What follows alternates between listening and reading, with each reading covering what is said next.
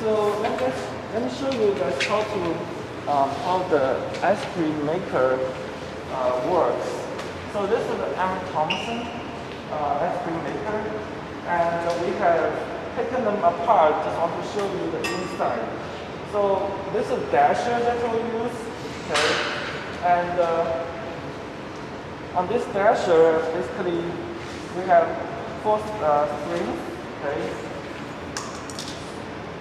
So the springs is because while we are cooling down the temperature, the pool on the wall will be very cold, so that will cause the freezing on the surface, right? So ice cream, if you think about it, it's just a rapid freezing process.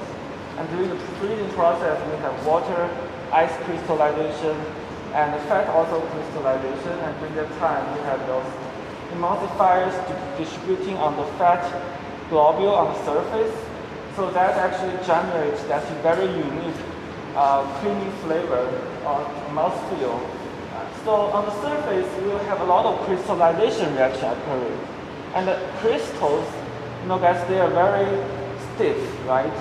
So we have to use, and those dampers are trying to remove those surface crystals, because if we don't control it, it's going to get stuck, right? The crystal, when it grows, it's going to stuck with the machine.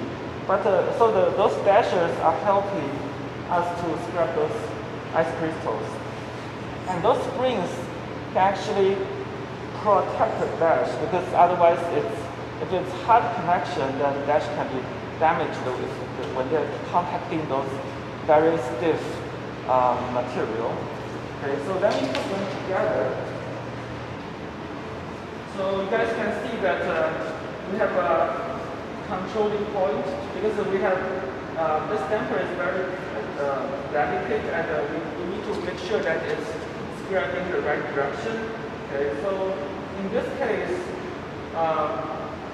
we have to make sure that the damper is facing us, so that it's not causing damage. This one, you can see it only goes one way, right? If you go the other way, it might broken.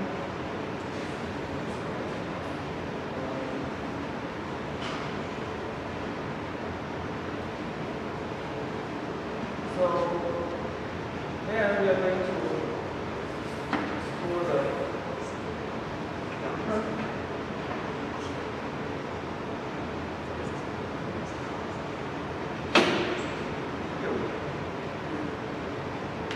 Alright, so the damper will rotate. The next step is that we'll install the door. So here we have the door, and we have the lid on it, and on the lid we actually feed our ice cream base. Okay, and at the door we'll explore the ice cream once it's done. And here we have one adapter to connect to the dasher. Okay, so we'll install that first. And then, Dr. Fang, if you can make sure you lube the oven. Okay, so because the seal is very important, so we need to apply an additional lube on the surface to make sure the door is sealed well. And here we use this Taylor lube here, and we just apply a very gentle of them on the door, on the side of the door. So now we'll install the door, and Andy, can you help me? So we have 4 screws, and they have to be placed down very gently, but in a very even way. So I'm going to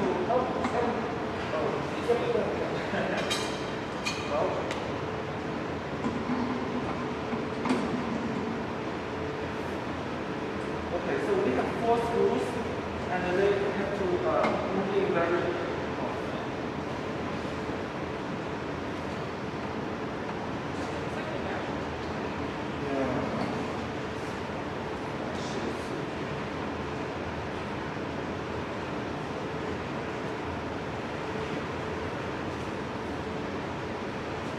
The dashes actually speaking of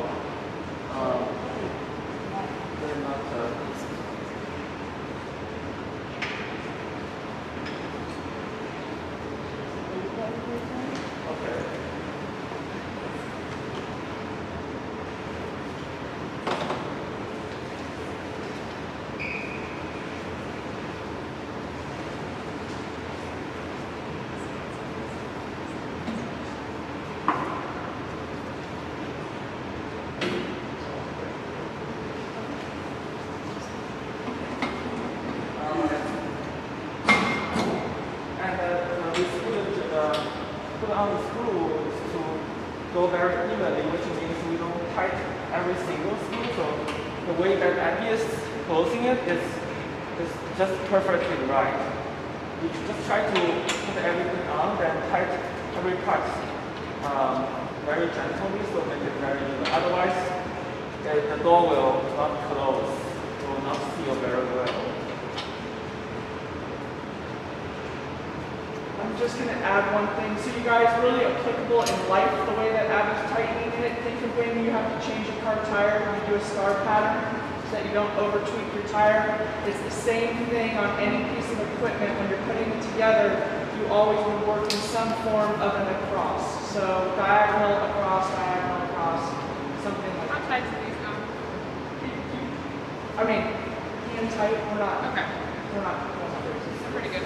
So that's really applicable in anything, because you'll always have something be off, okay? Anything you do. Tightening the cabinet, anything. And here we place a holder to in case you have to put any type of container on. And actually we can adjust height to anywhere you want. Well, okay, so right now it's ready to go. And if you look at the menu, the protocol, what do you think is the next first step we're doing? Body, yes. Okay. So we using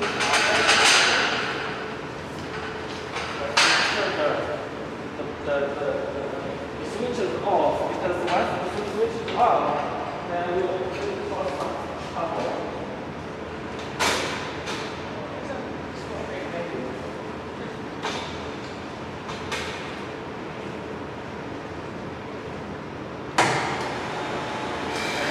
So you hear the compressor is on, but it will only be on for 30 to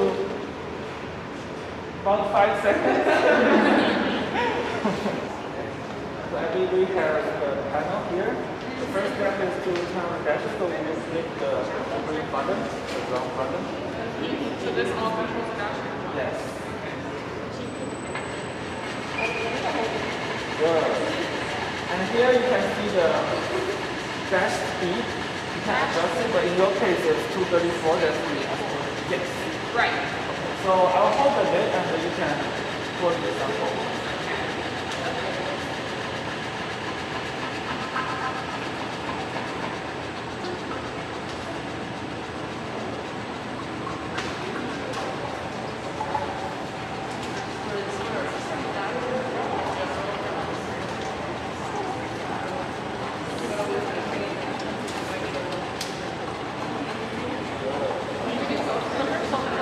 Sure, yeah, let's go to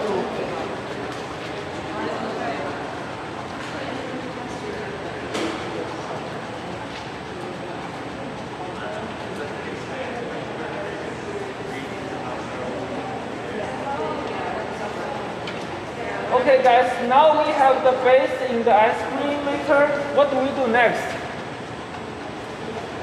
Turn the refrigerator stop. Yes, but we need to start timing, right? So anyone has a... do we have the new timer or do you want to use the new timer? Okay.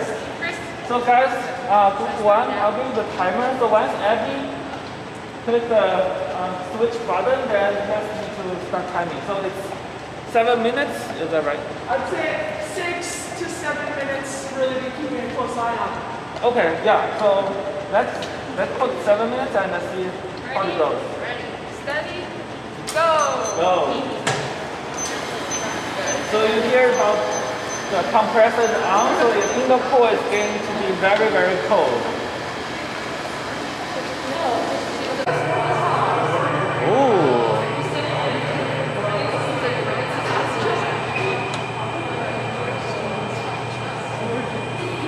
So guys, we have our first batch ready. It doesn't look like it looks like froyo.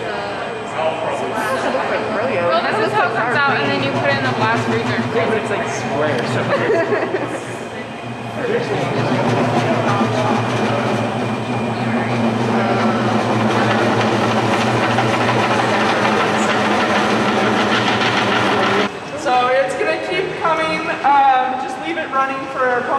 minute. And then we're gonna need a spatula here. Abby, can you get a plastic spatula out and just start these right now? All of the centers, or we're using 4. There's one extra. I mean, let's just take that one and How start do we know how fresh. much to pour in?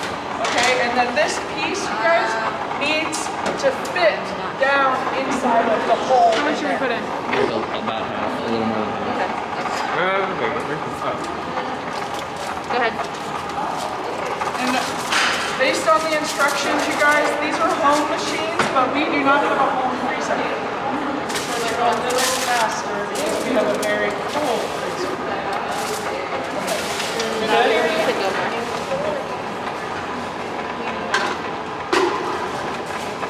I want to say it lets you fill it up pretty full. Yeah. Because it's not like it's whipping air into it. Yeah, let's just pour the whole thing. I have a video. And I mean, yeah, it doesn't really matter.